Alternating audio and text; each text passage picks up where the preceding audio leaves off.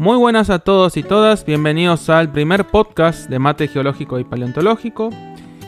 En el podcast de hoy, junto al Dr. Sebastián Oriolo, descubriremos los secretos detrás de la datación de rocas y minerales, desentrañando los desafíos, métodos, como también exploraremos las dificultades que enfrentan los geocronólogos en su búsqueda de comprender la historia geológica de nuestro planeta. Bienvenidos a Tras el telón de la geocronología absoluta, desafío, métodos y reflexiones. Bueno, primero que nada, bienvenido a Mate Geológico, Sebastián. Muchas gracias por participar. Bueno, gracias a vos por la invitación. Y bueno, también felicitarte por el premio que te dieron la otra vez. Te quería felicitar por eso. Bueno, gracias, muchas gracias. Bueno, si querés, presentate. Más que nada, bueno, tu nombre, a qué te dedicas, dónde trabajás. Eso estaría como para iniciar. Bueno, mi nombre es Sebastián Oriolo, yo soy investigador con CONICET y jefe de trabajos prácticos en la UBA, ¿sí? y tengo como lugar de trabajo el IGEBA, Instituto de Geociencias Básicas Aplicadas y Ambientales de Buenos Aires, que depende de la UBA y el CONICET. Estoy acá en el instituto desde el 2017 y me dedico, bueno, a temas múltiples, digamos, que atan un poco, digamos, que se atan un poco entre la geología estructural, la geología isotópica, la petrología y algunas cuestiones más periféricas. Bueno, la charla de hoy más que nada se va a tratar un poco de la geocronología, va a ser el tema central. Y una de las cuestiones de la geocronología, más que nada la absoluta, yo durante la facultad ahí siempre se habla de edad, tal millones de años, edad tanto, edad tanto, edad tanto. Pero claro, uno llega después a una etapa de la carrera que ve que realmente hay muchas metodologías de datación, no solamente una. Por ahí la más común es uranio-plomo. Pero a veces uno se olvida realmente, usted te dice, bueno, a ver qué edad tiene esta roca, ¿no? Y tiene 500 millones de años. Pero esos 500 millones de años capaz lo dataron con otra metodología que cuenta otra cosa realmente. Mi pregunta es, ¿cuál es la importancia de conocer las distintas metodologías de datación? Y realmente, ¿qué nos dice la edad realmente? Respecto a la importancia, yo creo que es fundamental. ¿Por qué? Por dos motivos. Primero, porque la geología isotópica, y particularmente lo que tiene que ver con la geocronología, es algo que solo se va a seguir expandiendo, y uno lo ve porque va de la mano del desarrollo y la mejora de las capacidades analíticas, y eso está permanentemente en continuo avance. Por otro lado, hay también, por así decirlo, un peso, digamos, porque lo tiene, pero digo, hay como un peso muy importante que, digamos, por así decirlo, cómo se pondera la validez de un dato geocronológico es muy importante. Y eso hace que, por ejemplo, muchas veces, si uno lo ve, por ejemplo, en el ámbito académico, si vos tenés una buena batería de datos geocronológicos buenos, puedes publicar un muy buen trabajo de muy alto impacto. Si vos tenés una batería de datos geológicos muy buena, no necesariamente vas a poder publicar un trabajo de alto impacto porque no te van a dar lugar. Y no porque no sea tan valioso como el dato geocronológico, sino porque el dato geocronológico en la comunidad geocientífica, yo lo pongo para el campo, digamos, más académico, pero muchas veces en la industria pasa lo mismo, tiene, por así decirlo, como una jerarquía muy marcada. Incluso cuando a veces no tiene una base geológica, que eso creo que es uno de los principales problemas, ¿no? Como justamente son datos a los que se le da mucho peso, muchas veces se desacoplan de la geología y ahí uno cae en problemas. Por eso yo creo que cualquier persona que trabaje en geociencias, en la industria o en la academia, es fundamental que entienda algunas cosas básicas de geocronología, de geología isotópica, porque seguro que en algún momento de la carrera profesional te lo vas a cruzar. Y lo que es clave es poder entenderlo para que si yo tengo, por ejemplo, un dato geológico, por más que yo no esté haciendo una edad, vea si eso me cierra. Porque el problema pasa cuando cuando las cosas cierran, está todo fantástico, pero muchas veces las cosas no cierran y no necesariamente es un problema geológico. Muchas veces tienen que ver con la cocina. O sea, es una herramienta fundamental, la geocronología, pero como cualquier herramienta, como cualquier método, como cualquier dato, tiene un montón de cuestiones desde cómo se genera, cómo se analiza y cómo se estima ese número final, esa edad, que cuando uno entiende qué pasa ahí atrás, ve que hay mucho más que el error que uno ve reportado como un 2 sigma, como lo que, digamos, como, bueno, según el tipo de dato que se use. Y eso no hay que olvidárselo, ¿sí? O sea, uno lee continuamente trabajos donde hay, y en muy buenas revistas, interpretaciones incorrectas o a veces como una sobreinterpretación de los datos por fuera de lo que el dato realmente dice cuando uno lo pone en un contexto geológico. Bueno, y eso por ahí va de la mano una de las preguntas que tenía, que es el tema del abuso de la geocronología. Porque uno me imagino que es un dato que uno dice, mirá, estoy datando la roca, ya sé qué edad tiene, y como para ordenarse un poco la cabeza, en sentido cronológico, está buenísimo.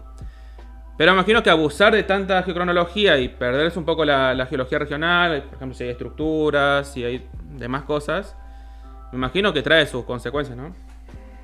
Yo creo que, obviamente, si uno tiene la posibilidad de tener muchos datos cronológicos, hay que tenerlos, ¿sí? Hay sectores donde es muy difícil, sin geocronología, resolver la geología. No sé, nosotros tenemos gente acá trabajando, por ejemplo, en áreas graníticas, donde la verdad es que uno en el campo, como por ejemplo no tenés bien preservadas las relaciones de contacto y demás, la verdad es que si no datás, no tenés idea de nada. ¿De qué? Porque no ves las relaciones de o sea, porque la geología está muy limitada por la preservación o por lo que sea.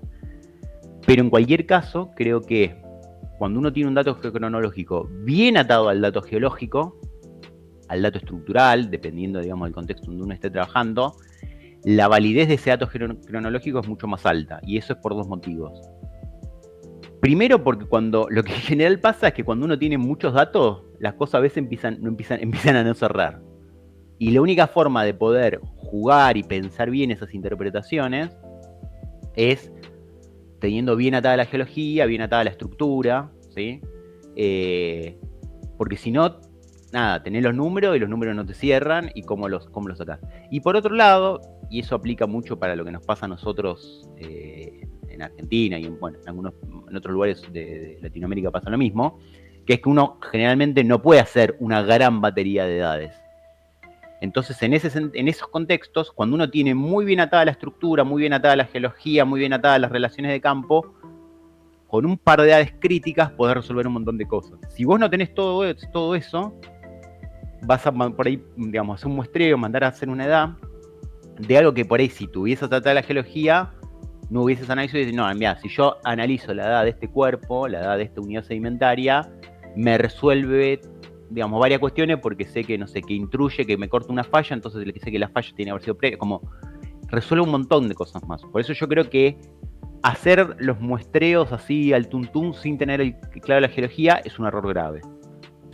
Y bueno, hablando de la parte de las metodologías, yo siempre estoy como diciendo, ¿no?, que detrás del telón de los papers, como que el paper uno lo lee y dice, bueno, qué fácil pareció esto, pero obtener esos datos cronológicos ya es un costo, pero también después está toda la parte del laboratorio, analizarlos, filtrarlos. Vamos a centrar en una metodología por ahora que es uranio plomo, para no estar en otras metodologías. ¿Cómo realmente se trabaja con esos datos? ¿Cómo se consigue? ¿Realmente tema de presupuesto? Me imagino que hay todo un laburo importante ahí. Bueno, o sea, si vamos desde el lado del presupuesto, son en general datos costosos, y para los presupuestos que uno maneja, y en general lo que uno termina haciendo es trabajar en colaboración con institutos, digamos, haciendo convenios y demás que te permiten, digamos, minimizar los costos. O yo lo que siempre recomiendo, por ejemplo, a becarios y demás, es el tema de las pasantías, porque el hecho de absorber uno el trabajo permite en general también reducir los costos, y aparte uno se lleva la experiencia de haber trabajado, de saber cómo funciona la cosa. Después hay una cuestión que uno en general no la ve, es algo que esté directamente trabajando con los equipos, que es la puesta a punto de los equipos, y eso es algo que lleva años. O sea, tener un equipo funcionando en rutina, bien calibrado, es algo que le lleva a gente que se dedica única, pura y exclusivamente a hacer eso, años. Y eso a su vez después requiere un mantenimiento, requiere digamos, toda una serie de cuestiones que requieren de un equipo permanente, digamos, desde científicos hasta técnicos, que se encarguen de mantener eso circulando, corriendo, porque todo el tiempo, digamos, hay fallas y demás. Y después todo lo que es la generación del dato, bueno, tenés todo, o sea, digo, desde el muestreo, por eso ahí también es importante, muchas veces también el criterio geológico a la hora de hacer el muestreo, de saber qué se muestrea, cómo se muestrea, ser cuidadoso a la hora, por ejemplo, de, vos mencionabas el uranio plomo, de hacer la concentración, por ejemplo, de los zircones o del mineral de interés. En esas cosas hay que ser muy cuidadosos, así que no haya contaminación.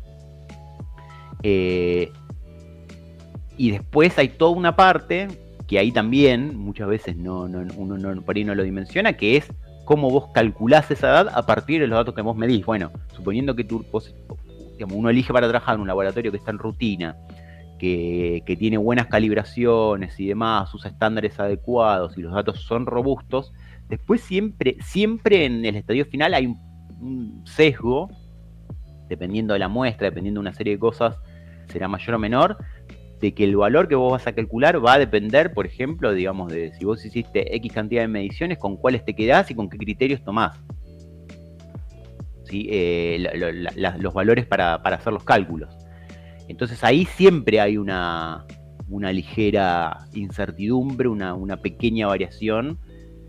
En el caso que los datos sean buenos, cuando los datos a veces no son tan buenos, porque muchas veces no porque es un problema analítico, porque, no sé, tenés efectos secundarios de alteración, hidrotermales, lo que sea, bueno, ya la geología, digamos, te está metiendo ahí un poco de ruido. Y bueno, ahí es como todavía más crítico el análisis que hace el intérprete, quien hace los cálculos, y el contexto geológico que uno le pone.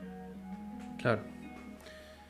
Y después con respecto, bueno, ya que hablamos un poco de no perder la geología regional, digamos, también conocer qué tipo de roca estamos datando, los minerales que contiene. Porque no es lo mismo datar una roca metamórfica que una sedimentaria clástica que una ígnea, ¿no? Sí, o sea, siempre, digamos, con el mismo criterio que uno, lo que vos decís, ¿no? Tiene que conocer el contexto geológico regional, hay que entender, digamos, la roca puntualmente, la historia que tiene. Y eso también te va a ayudar a entender y a ser criterioso a la hora de hacer el muestreo, ¿sí? Si yo quiero, por ejemplo, concretamente, que es donde por ahí se pone más crítica la cuestión, hacer una edad en rocas metamórficas, para entender, por ejemplo, la edad del metamorfismo, si yo no entiendo el contexto petrogenético de esa roca, si la evolución, digamos, temperatura-tiempo y las relaciones de equilibrio entre las fases minerales, bueno, va a ser muy difícil poder interpretarlo o voy a tener una interpretación muy forzada. O sea, si yo estoy, por ejemplo, no sé, analizando rocas de alta presión y me interesa saber la edad del pico bárico y uso una monacita, lo más probable es que no esté datando el pico bárico, porque la monacita va a ser inestable en esas condiciones, independientemente de que tenga una monacita metamórfica. Lo más probable es que tenga que ver con digamos, con un gradiente de presión-temperatura relativamente bajo. Lo mismo, no sé, por así decirlo, si yo estoy datando en un de alto grado una muscovita, bueno, en realidad lo que estoy datando es seguramente la trayectoria retrógrada.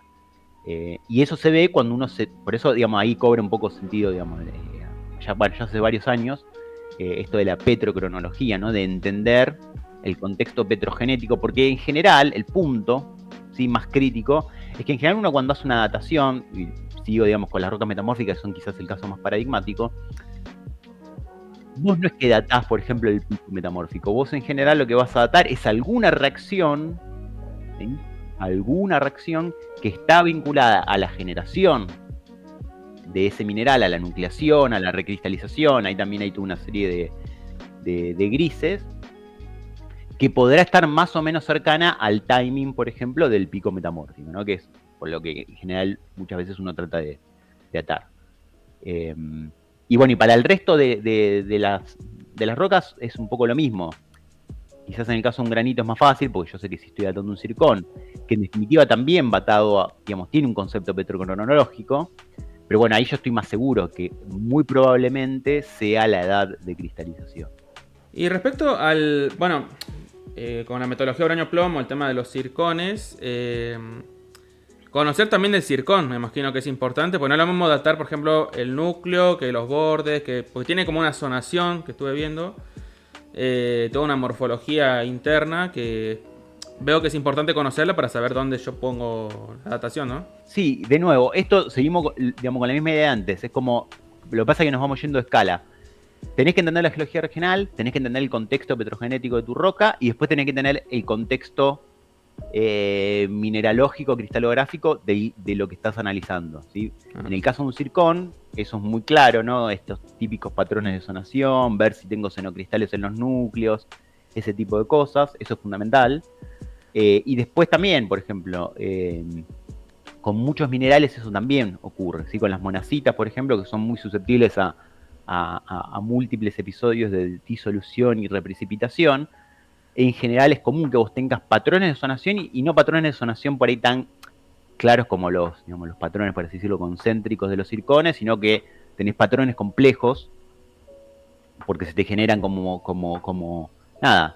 sectores de permeabilidad por donde se te disuelve, entonces te quedan patrones muy irregulares en la zonación y eso uno lo tiene que, en lo posible, tratar de entender siempre.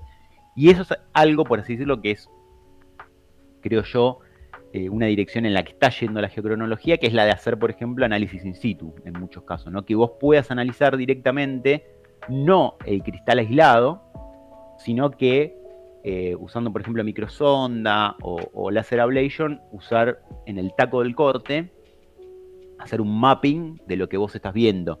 Y ahí empiezan a saltar, por ejemplo, como defectos cristalinos, procesos locales de recristalización o deformación, empiezan a modificar el fraccionamiento a escala el fraccionamiento isotópico a escala intracristalina.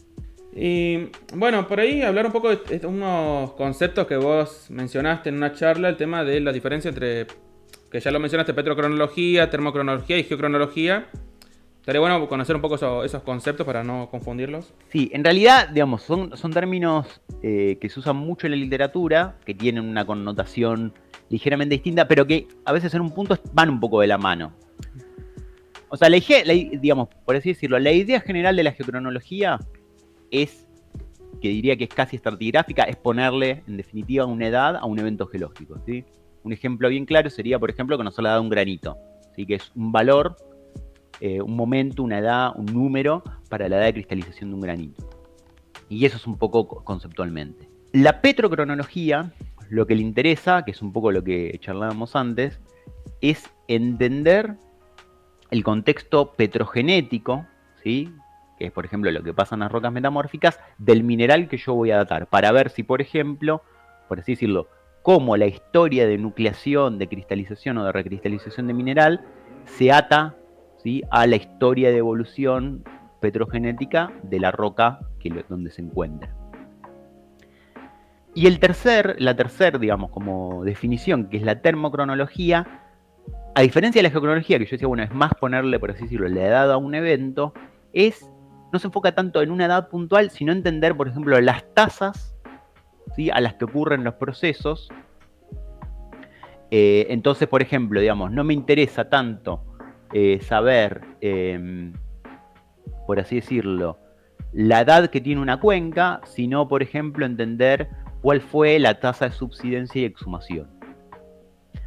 Ahora, hay algunos conceptos que subyacen y que en realidad van un poquito de la mano en todos los casos, ¿sí? Y creo que ahí uno de los puntos más críticos es el concepto de la temperatura de cierre. La temperatura de cierre, que es un concepto que se habla y se usa mucho, en realidad vale para todo. ¿Qué quiero decir?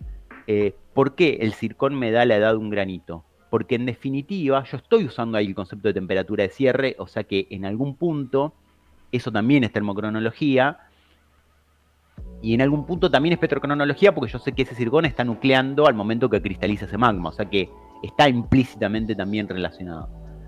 Pero ¿qué pasa? La temperatura de cierre, ¿sí?, que tiene que ver con la temperatura, por así decirlo, por debajo de la cual no existe una difusión significativa del sistema isotópico en cuestión con el medio que rodea el cristal y se empieza como a acumular. No quiere decir que antes no se produzcan isótopos, radioisótopos, sino que las tasas de producción y acumulación, digamos, se van compensando.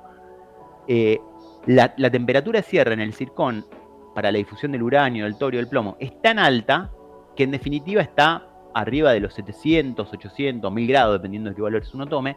Entonces yo estoy seguro que a esas temperaturas ya estoy cristalizando el magma. Entonces, no es que es distinta, por así decirlo, las premisas, solo que las condiciones, ¿sí?, las condiciones petrogenéticas y de difusión isotópica me permiten considerar, en definitiva, la edad de cristalización del zircón como la edad de cristalización del plutón. Algo que me gustaría pedirte del tema desde tu experiencia, digamos, como docente, pero también como investigador, son, digamos, ¿qué consejos darías, por ejemplo, a un estudiante con tema de la cronología absoluta? Por ahí uno, esto que te decía yo, ¿no? Decir edades, y no tener un contexto realmente de qué te dice cada edad, o qué mineral le está usando, o qué roca se está datando. Y también para un investigador o alguien que esté recién empezando con la carrera de investigador o un becario, ¿cuáles son, digamos, los desafíos de la geocronología? ¿Cuáles son los errores más comunes? ¿Cómo evitarlos, digamos?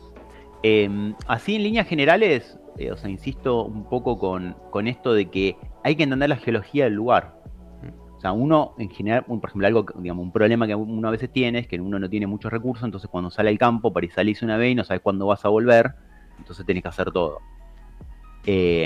Idealmente, mi consejo es que, digamos, salir al campo a muestrear cuando uno tiene más o menos atada la geología, las relaciones de campo, la distribución de las unidades, la estructura. Entonces, con eso, uno en general puede hacer un muestreo mucho más eficiente y, sobre todo, digo, pensando en la escasez de recursos que uno tiene, puede decir, bueno, en realidad, si yo tengo bien atadas estas dos unidades, resuelvo la estratigrafía. Después, bueno, obviamente, si uno tiene posibilidad, se expande. Y después, digamos, esto como estrategia general. Y después otra cuestión es, mi sugerencia es que con todos los métodos que trabajen directa o indirectamente, aprendan, se tomen el trabajo de tratar de entender cómo funcionan. Porque en general, sobre todo cuando uno tiene, por así decirlo, una mirada más geológica y uno lo que hace es, bueno, fui, saqué una muestra y la mandé a datar en un laboratorio particular sin digamos, ningún tratamiento propio, ninguna evaluación propia. Ahí uno a veces puede, cuando la cosa cierra está todo bien, pero cuando a veces la cosa no cierra hay que tener cuidado. Y muchas veces también pasa que datos que no cierran, entre comillas, no cierran porque uno no entiende bien el contexto geológico o no entiende bien el sistema con el que está trabajando, el sistema isotópico. Entonces, entender eso hace que muchas veces se dejen de lado datos que son útiles por no entender bien en realidad qué están diciendo. Entonces, mi sugerencia, digo, a cualquier estudiante que vaya, en realidad diría a cualquier estudiante, es que un poco de geología isotópica, mal que les pese, hay que saber. Y segundo, es que si específicamente van a trabajar con un sistema, que se metan un poquito en la cocina de cómo se generan esos datos. Y siempre que busquen entender el contexto geológico regional, petrogenético de la roca de la muestra, puntual donde van a sacar los minerales, y después, en lo posible, entender un poco qué le pasa a esos minerales en cuestión. Sí, bueno, mira, desde mi experiencia con esto que estamos hablando, yo mi TFL lo hice sobre análisis de procedencia en la formación agro en Cuenca Neuquina. Y bueno, me pasó esto, ¿no? Me llegaron los datos de laboratorio de los zircones. Y yo no entendía nada, claramente. Porque bueno, veía 7.5, 6.8, veía las concentraciones. Y yo la verdad que no sabía qué había que hacer. Después vi que algunas edades estaban descartadas. Y bueno, que eso, bueno, hay laboratorios que no te ponen datos descartados, sino que vos tenés que fijarte cuándo tenés que descartar. Eso realmente para ver, ¿no? Realmente que cada laboratorio tiene su forma de elaborar, me imagino. Y bueno, esa como mi experiencia es esa, ¿no? Por eso hay que saber bien realmente lo que uno hace, porque después puede meter la pata y estar metiendo edades que capaz no entraban, digamos. Y eso te lleva a sobreinterpretar o forzar datos, me imagino, ¿no? Sí, ahí para mí, digamos, por ejemplo, en el caso de los zircones, que por ejemplo, digo, en los zircones detríticos, quizás no es tan crítico en líneas generales la cuestión petrogenética, porque en definitiva uno está considerando que son cosas detríticas, entonces no tenés mayor problema en entender, por ejemplo, ¿no? Digamos, porque en definitiva, como es detrítico, listo, no te importa la historia previa, pero sí se vuelve muy crítico, y ahí hay tantas escuelas como investigadores, te diría, en cómo, por ejemplo, sacás las edades máximas de sedimentación. Ah, claro. Más aún, por ejemplo, eso tuve la experiencia, por ejemplo, cuando uno trabaja con rocas metamórficas, con rocas metasedimentarias, muchas veces te va a pasar que sacar la edad máxima de sedimentación es un problema porque siempre te aparecen un par de circones espúreos, relativamente jóvenes, que uno nunca termina a veces de saber bien si terminan siendo sedimentarios o en realidad ya son metamórficos. Entonces ahí tenés una incertidumbre intrínseca. E independientemente de que no tengas esa situación, bueno, ¿cómo sacás la edad máxima de sedimentación? Cuando tenés un buen ajuste, no sé, bioestratigráfico, la cosa es más fácil, pero cuando no lo tenés, y si uno empieza a mirar los trabajos, es muy variable. Por ejemplo, tradicionalmente se usaba esta idea, digamos, del circón más joven, eso ya yo diría que en general cayó en desuso, porque bueno, estadísticamente no es robusto, ¿no? Con el mismo criterio que uno para un cuerpo ígneo saca una edad con una concordia, con varias mediciones, porque uno para los circones detríticos entonces debería usar una medición. Claro. Pero después ahí también hay distintas formas. Si usás los clústeres de los 2 circones más jóvenes, el clúster de los 3 circones más jóvenes, si usás una edad de concordia de la población más joven, si usás un promedio ponderado de la población más joven, y eso más allá de que en algunos casos, cuando la cosa más o menos anda bien, sea parecido, bueno, nunca va a ser lo mismo. Y lo que muchas veces pasa es que tenés en general por ahí, dependiendo de qué parámetro uses, variaciones relativamente grandes entre eso. Entonces ahí tenés un ejemplo muy claro donde, a pesar de que el contexto petrogenético en general muchas veces es simple, o por ejemplo, no sé, vos decías, bueno, la formación aérea, o sea, cuencas donde la edad estratigráfica es muy bien conocida por fósiles, por un montón de cuestiones, si yo trabajo en zonas donde por ahí eso no pasa, ajustar las edades máximas de sedimentación puede ser un problema, ¿sí? Después hay otra cosa que a veces pasa en los circones detríticos, y eso lo he visto incluso en laboratorios que están en rutina, que es cómo se hace la selección de los circones para detríticos, ¿sí? Donde si vos te limitás a hacer, digamos, un picking manual con los mejores circones y estás metiendo un sesgo porque te estás quedando seguramente con la población de circones más lindas, más prístinos, y te estás comiendo todos los circones. Y eso yo lo he visto en laboratorios que están funcionando y haciendo servicios también. Entonces hay que tener cuidado a veces cuando también a veces el dato cronológico no cierra, tratar de entender qué está pasando. Yo tuve una experiencia hace muchos años trabajando, nosotros de una serie de rocas habíamos hecho muchas dataciones con distintos métodos que cerraban bastante bien entre sí y mandamos a hacer una tanda final con un sistema isotópico más. Y esos datos isotópicos groseramente nos ajustaban, pero nos caían un poco por fuera de la tendencia de lo que veníamos viendo. Y discutíamos con la persona en el laboratorio y nos decía, no, pero esto está bien, funciona bien, el método... Bueno, nosotros tuvimos un tiempo, porque yo en ese momento estaba, digamos, casi que arrancando, hacía poco que trabajaba y discutíamos con un colega cómo podíamos pensar, cómo interpretar esos datos, no sé qué. Le seguíamos repreguntando a la persona que estaba a cargo del laboratorio y hasta que en un momento la persona nos dijo, mirá, estuvimos revisando y efectivamente tenían un problema con la calibración y demás y los datos están mal. Y si no hubiera sido, pues nosotros teníamos como toda la geología encima y teníamos aparte la suerte de tener otras dataciones para cruzar los datos, la verdad es que nos hubiésemos casado con esos datos que en realidad cerraban mal y que después cuando los remedimos bien calibrado y todo, nos dieron perfecto. Entonces, de nuevo, o sea, si uno no entiende a veces el dato que te dan, y podés entrar en problemas. Mirá vos. Y yo por ahí me pongo a pensar en el tema de los papers, ¿no? Porque los papers por ahí no cuentan todo, digamos. Obviamente hay mucha discusión, hay mucho debate dentro de esas cosas, digamos. Pero a veces uno, si se da cuenta de estas cosas, ya conviene no publicar directamente, esperar un poco y revisar, o algunos se arriesgan, digamos. Sí, hay mucha gente que se arriesga o incluso digamos, uno cada tanto encuentra cosas que son forzando los datos. Claro. O muchas veces hay algunos casos paradigmáticos, no voy a dar ejemplos, pero donde por ahí los datos geocronológicos son buenos, pero como falta la geología de base, que son por ahí relaciones de corte, se le da un peso, se sobredimensionan los datos. Hay unos ejemplos, por ejemplo, digamos, y estoy hablando de trabajos por ahí publicados en revistas como Nature o Science, de, por ejemplo, edades que se le asignan a una parte del registro fósil, que son como las primeras evidencias, las evidencias más tempranas de ciertos procesos biológicos.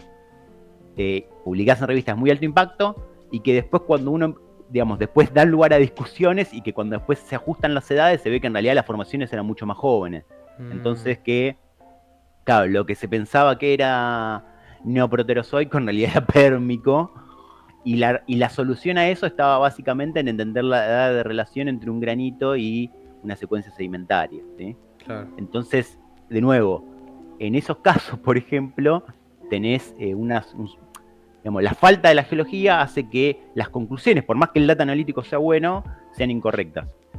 Y en otros casos, yo he publicado datos, por ahí no muy buenos, pero bueno, siendo honesto y diciendo, bueno, estos datos son buenos, en esto confío, y esto, y la verdad que no me cierra mucho, lo interpreto de esta manera.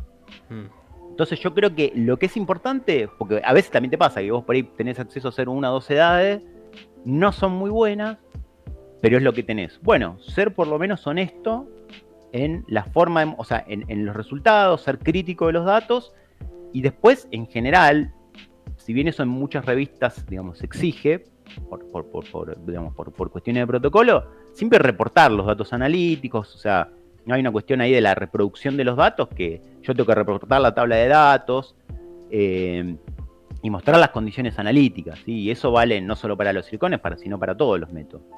De esa manera, digo, uno es como decir, bueno, mira, yo te estoy diciendo, o sea, a mí me da esto, pero tengo estos problemas. Ok, entonces uno sabe, el lector sabe, sí, digamos, y eso es un ejercicio profesional, digo, ¿no? De la práctica científica correcta, que decir, bueno, los datos estos son muy buenos, se ajustan bien, estos por ahí me ajustan en el modelo, pero no son tan buenos.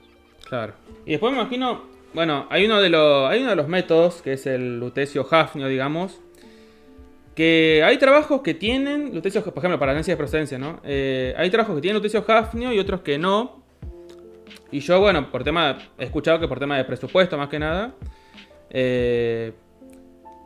¿Vos qué opinas de eso? ¿Realmente hace falta hacerle lutecio-hafnio? A veces no hace falta. Porque me imagino que uno tiene presupuesto, pero a veces no lo quiere hacer porque decir, bueno, me parece que no es necesario. Yo diría que en general, bueno, depende un poco de nuevo. Una cosa fundamental cuando uno hace estas cosas, y más aún cuando los recursos son limitados, es, bueno, ¿qué pregunta tenés vos? ¿Qué querés responder? Y en función de eso, ¿qué método vas a usar? Claro. O sea, en líneas generales yo diría hacer lutecio-hafnio en los zircones, por ejemplo, ya sean secuencias sedimentarias o en rocas ígneas, siempre te da una información adicional, ¿sí? Ahora, la pregunta es si a vos eso te sirve. Si a vos lo único que te interesa, por ejemplo, es entender, no sé, el caso de una secuencia sedimentaria y hacer detríticos para ajustar la edad, y la verdad que hacer lutecio-hafnio no te va a servir de mucho. Si vos lo que querés hacer es hacer un análisis de procedencia y determinar área de fuente, en algunos casos, tener lutecio-hafnio te puede ayudar a mejorar la definición de las áreas fuente. ¿Por qué? Porque si yo tengo dos posibles áreas de aporte con edades parecidas, pero con una asignatura isotópica diferente, bueno, por ahí lo puedo resolver con el lutecio-hafnio y no lo voy a poder resolver solo con el espectro de edades. A nosotros nos pasó hace un tiempito trabajando en unas rocas, por ejemplo, Uruguay, que en realidad, medio que sin saberlo, nosotros, digamos, se interpretaba clásicamente una proveniencia, unas secuencias, digamos, metasedimentarias, en función del espectro de edades, y cuando hicimos los isótopos nos dimos cuenta que en realidad esos isótopos no pegaban con lo que era esperado para el área fuente, y bueno, y terminamos armando un modelo que cerró, pero buscando un área fuente distinta porque los isótopos no cerraban.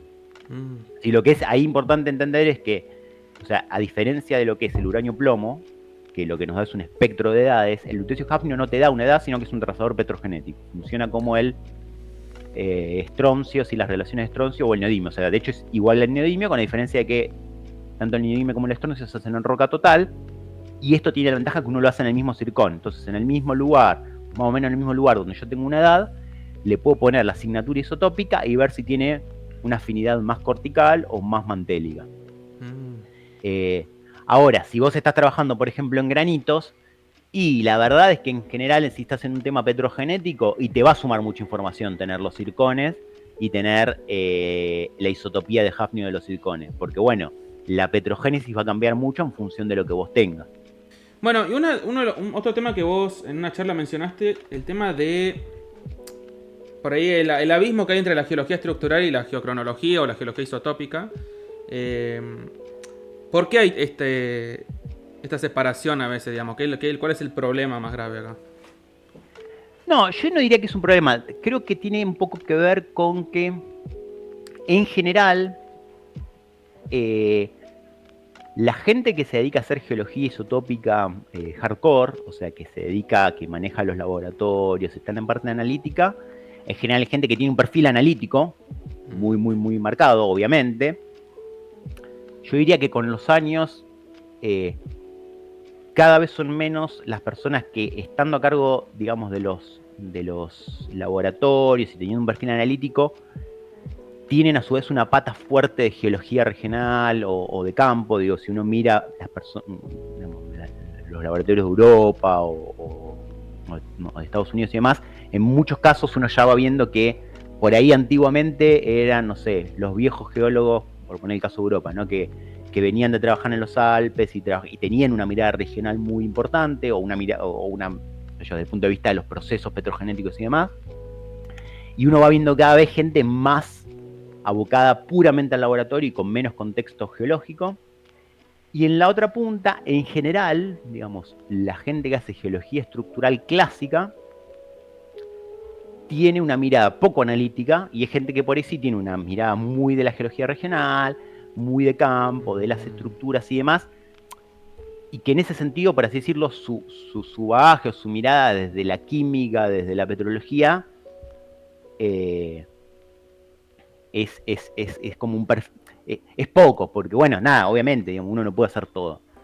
Pero insisto, yo creo que hoy por hoy, ante el avance del desarrollo analítico, el volumen de datos que se generan y demás, es importante estar un poquito en el medio, tener un poco de idea de lo que pasa en el medio. Porque si no, lo que te pasa es que también vos tenés datos geológicos y si no entendés, te meten una edad y no lo puedes atar, y muchas veces no es un problema de que yo siempre digo, ¿no? Como la geología mata a la geocronología. Si la geología te está dando una relación muy clara, hay que confiar en eso. Después hay que ver cómo interpretás vos en ese contexto el dato geocronológico. Pero si uno no entiende lo que pasa ahí, y a veces no lo puedes explicar. Y pasa mucho cuando uno a veces encuentra casos donde por ahí te dicen, mirá, este tipo había encontrado en este lugar una edad, le había dado una edad que después al final nunca publicó porque no le cerraba, o al revés, gente dice, no, yo de acá esto nunca lo publiqué porque la edad que había dando vuelta a mí no me cerraba con lo que yo veía. Y después por ahí cuando se avanza, se consiguen más datos y todo, dicen, no, pero en realidad vos esto lo tenés que pensar de esta manera, y la cierra. Pero bueno, si uno no trata de hacer el ejercicio de ponerse en el medio y mirar las dos cosas, y ahí por ello diría que en nuestro caso, en el caso de Argentina en general, lo que a nosotros nos pasa es que tenemos más la mirada regional, ya sea, digamos, de un estructuralista o de diversas disciplinas dentro de la geología regional, porque, bueno, es lo que podemos hacer más fácil sin por ahí tener tanta capacidad analítica. Pero yo creo que hay que hacer el esfuerzo de tratar de entender, porque a eso, cuando uno le mete el dato analítico, la cosa cobra mucha más relevancia. No, mencionamos rocas sedimentarias epiclásticas, metamórficas, ígneas, pero nunca mencionamos las rocas carbonáticas. Siempre suelen ser las más problemáticas en lo que es petrografía, en descripción de fase. Y para datarlas realmente, ¿cuáles son los desafíos? Con las rocas carbonáticas hace, digamos, unos años está habiendo un poco una revolución, ¿no? Que es las dataciones en calcita, ¿sí? O sea, y ahí va un poco de la mano con algo que en general está abriendo un montón el frente de posibilidades, que es el desarrollo de lo que son las técnicas de laser ablation. Las dataciones en calcita se están, digamos, hay algunos laboratorios que están, digamos, haciendo puestas a punto y están dando buenos resultados. De hecho, hay algunos datos de la cuenca neuquina, y que si bien tienen, digamos, no cualquier calcita, no cualquier carbonato es potencialmente datable, ¿sí? Porque tiene que tener ciertos umbrales mínimos de uranio, etcétera, sí abre un montón las posibilidades, porque por ejemplo podés datar procesos diagenéticos, ¿no? O también digo, o sea, eso es, digamos, de mucho interés, por ejemplo, para la industria petrolera, y también podés datar mineralizaciones.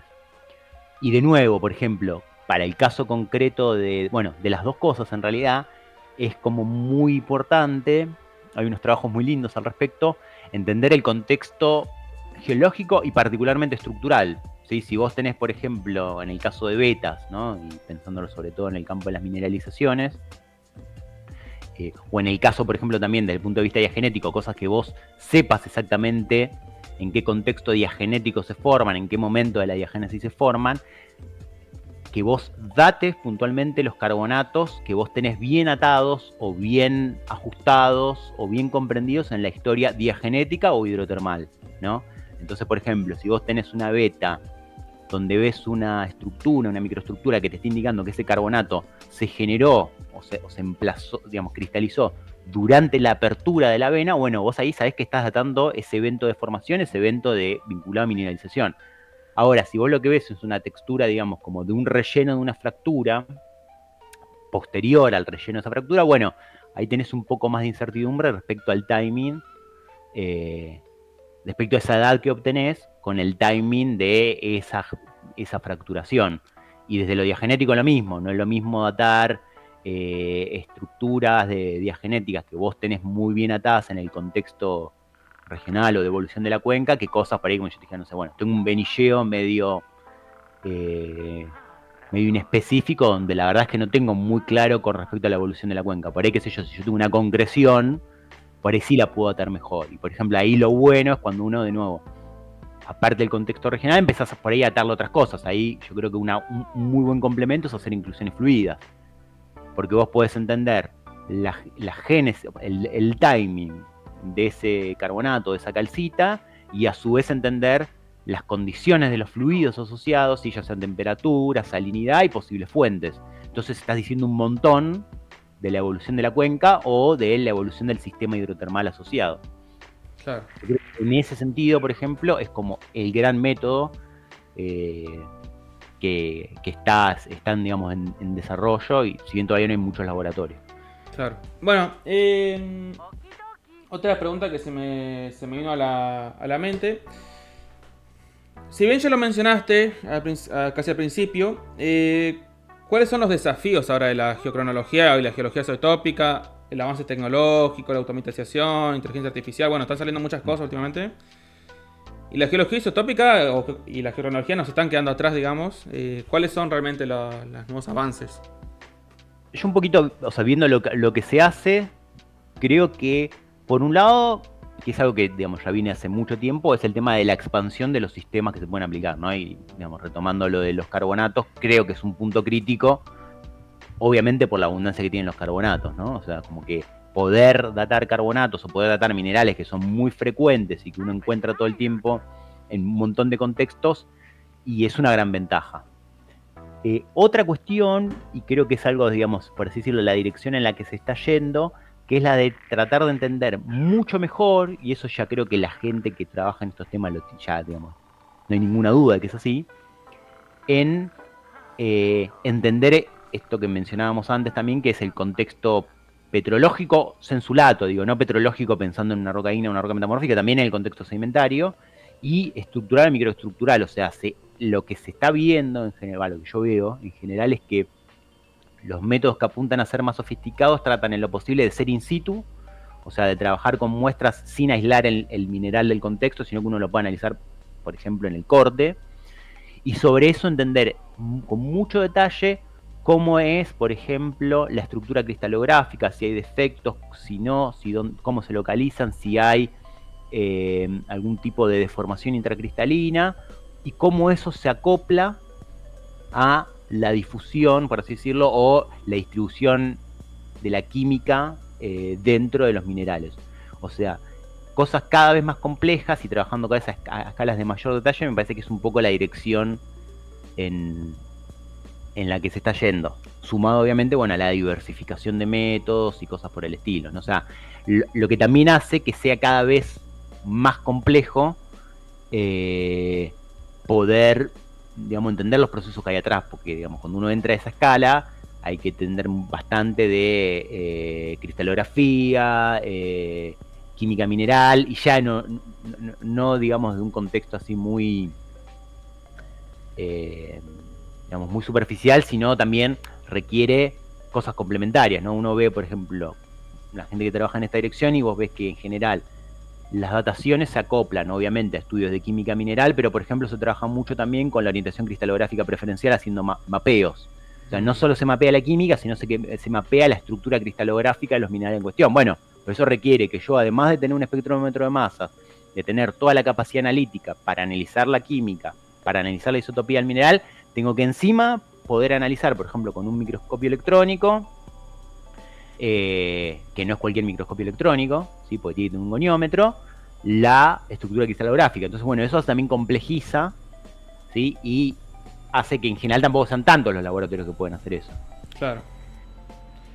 Bueno, siguiendo por ese lado, yo por ejemplo me he topado trabajo de procedencia en donde se le hace como la geoquímica a cada zircón, no es que la roca total, digamos, sino a cada zircón le sacan los elementos traza, la composición de cada uno. Entonces tenés la firma de cada zircón, tenés todo el ADN del zircón ya, digamos. Entonces, después hacen base de datos, comparan con otras rocas y dar la fuente es más precisa realmente. Y eso es lo que estoy viendo como una tendencia en lo que es procedencia procedimentaria por lo menos. Es una tendencia a ya decir cuál es el área fuente. Ya no estar diciendo, no, esto para mí es, ejemplos de Argentina, ¿no? Esto es famatiniano, esto es grenviliano, como algo muy general, sino ya ir directamente, mira, es esto realmente. Sí, yo creo que eso es un poco así.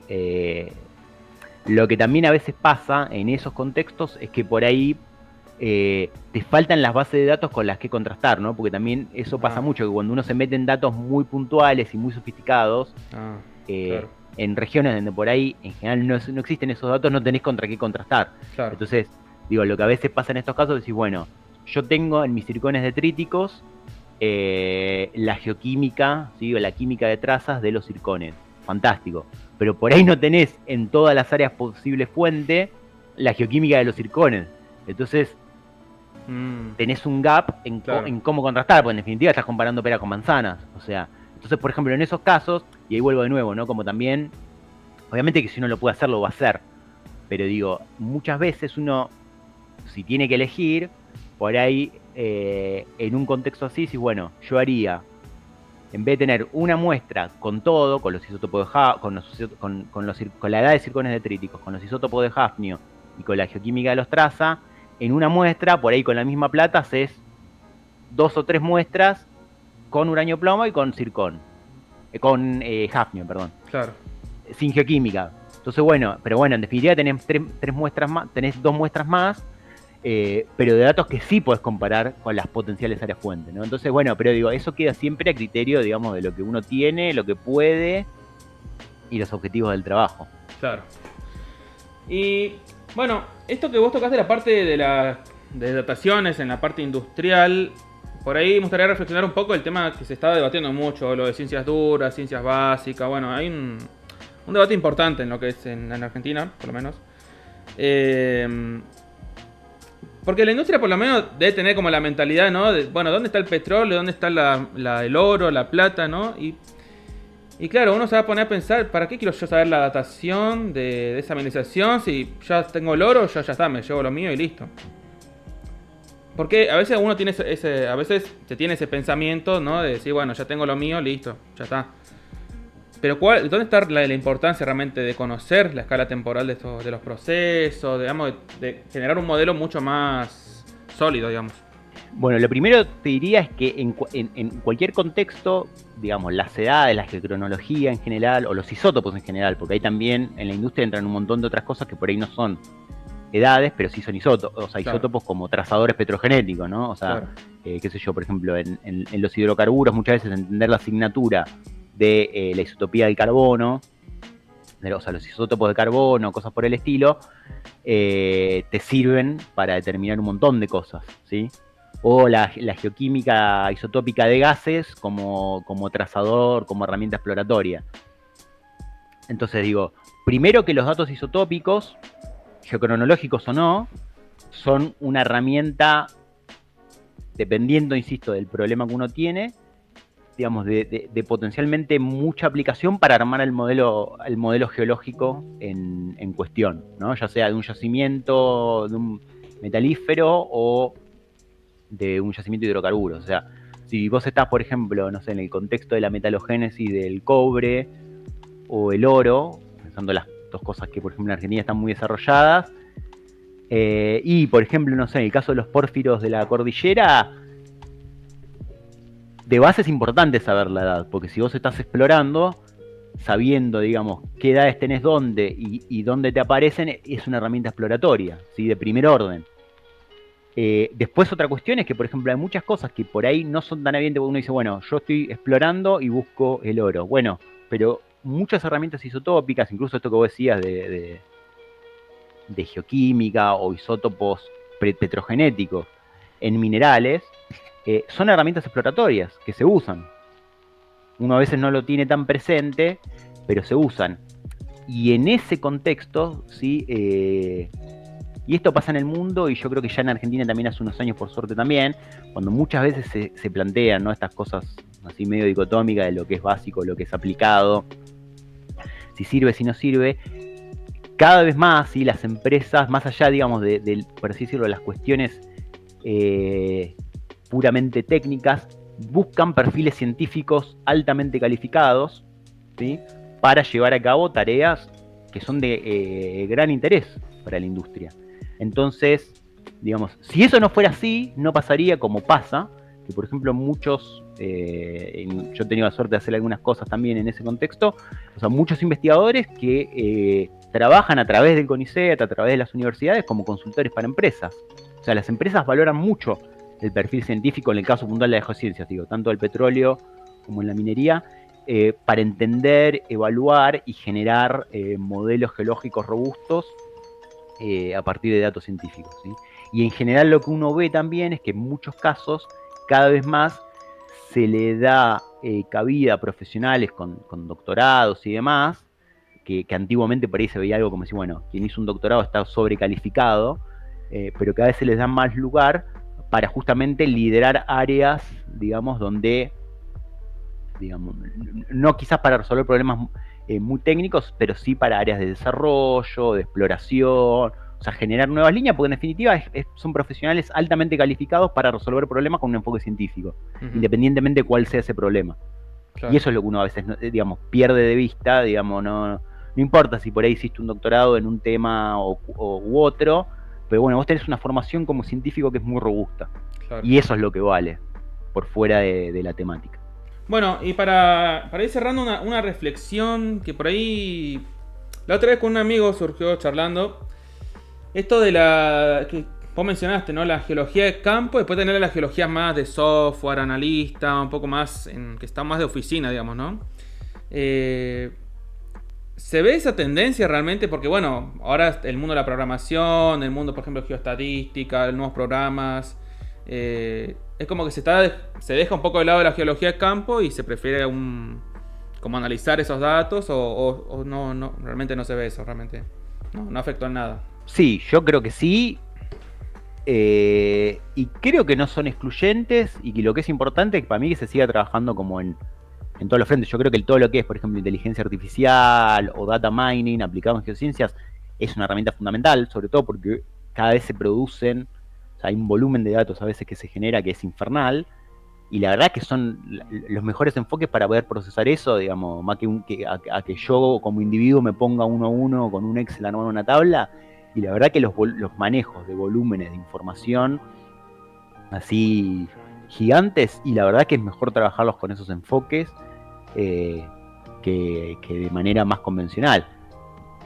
Yo lo que creo es que lo que uno tiene que apuntar como profesional en cualquier ámbito es tomar lo mejor de los distintos mundos, o sea, tratar de formar equipos donde uno tenga gente que pueda ir al campo a hacer un muestreo y hacer un mapeo, un muestreo sobre una base geológica robusta, Después tener un tipo que pueda interpretar los datos analíticos, que los pueda analizar eventualmente si uno tiene el laboratorio de disposición, y alguien que te pueda hacer el tratamiento estadístico con el enfoque que sea en la interpretación.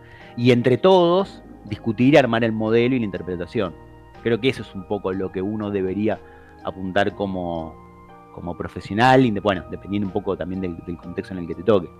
Pero yo creo que, digamos, sí hay una tendencia que se está desarrollando más esa parte, pero no lo veo como algo negativo. Creo que si no se deja de lado todo lo demás, es una herramienta que creo que hay que potenciar, o sea, y por ahí en particular cuando uno trabaja en equipos, digamos, con investigadores más jóvenes y demás, yo personalmente lo que trato de hacer es cuando alguien por ahí más joven, que es en general lo que uno ve, ¿no? Tiene la inquietud de trabajar en alguna dirección de esa, bueno, nada, motivarlos, apoyarlos. Obviamente a mí me pasa que cosas que me quedan muy lejos ya, yo estoy medio viejo, para muchas cosas, ¿no? Pero bueno, nada, yo acompaño, o sea, les doy el lugar, les doy la posibilidad por ahí de contactarse con la gente que los pueda ayudar a formarse en esa dirección, pero sí, que se desarrolle. Uno no puede por ahí abarcar todo, pero sí creo que la estrategia es como, bueno, ya es algo ya casi una verdad de perogrullo.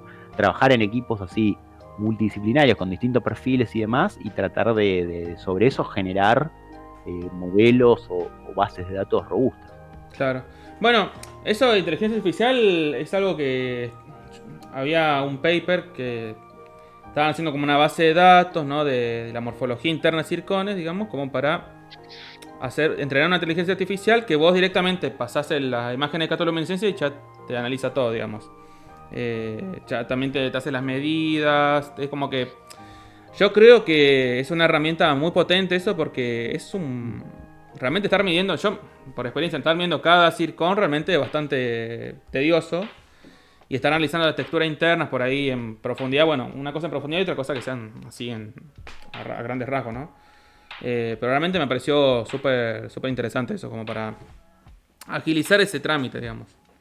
Sí, yo creo que cualquier cosa que nos permita hacer, o sea, de nuevo, ahí para mí lo que es crítico después es valga la redundancia, poder ser crítico de los datos, ¿sí? Que vos tengas la capacidad de, si tenés un protocolo, un algoritmo de inteligencia artificial que te va a resolver esa o cualquier información que vos generes, que tenga la crítica de decir, bueno, pará, acá me está dando algo que es geológicamente significativo, me está dando fruta, ¿no? Y decir, o ver la validez de los datos, digo, lo llevo a otra escala en algo mucho más simple. Si vos tenés una edad con un error asociado, bueno, tener presente que a veces la incertidumbre geológica hace que por más que vos tengas ese error asociado, el error es mayor, ¿no? Yo, no sé, hace muchos años hablaba con un geocronólogo, alguien que dirigía un laboratorio de Argón-Argón, y lo que me decía es cuando con las muestras geológicas, en general, dice yo de base, por lo menos tenés que tomar el error al 2 sigma. O sea, el 1 sigma no te dice nada, porque por lo menos tenés que tomar el 2. Y después sobre eso charlamos, porque en general siempre es un poco más. Entonces digo, lo que uno tiene que tener es la capacidad crítica de decir, bueno, ok, lo que me está dando este algoritmo, ok, esto es geológicamente significativo, las diferencias que me marca entre esto y esto son significativas o no, a qué responden. O sea, hay como que no, de nuevo, entender bien qué está pasando atrás para ver cómo uno interpreta y usa eso para armar un modelo geológico. Claro.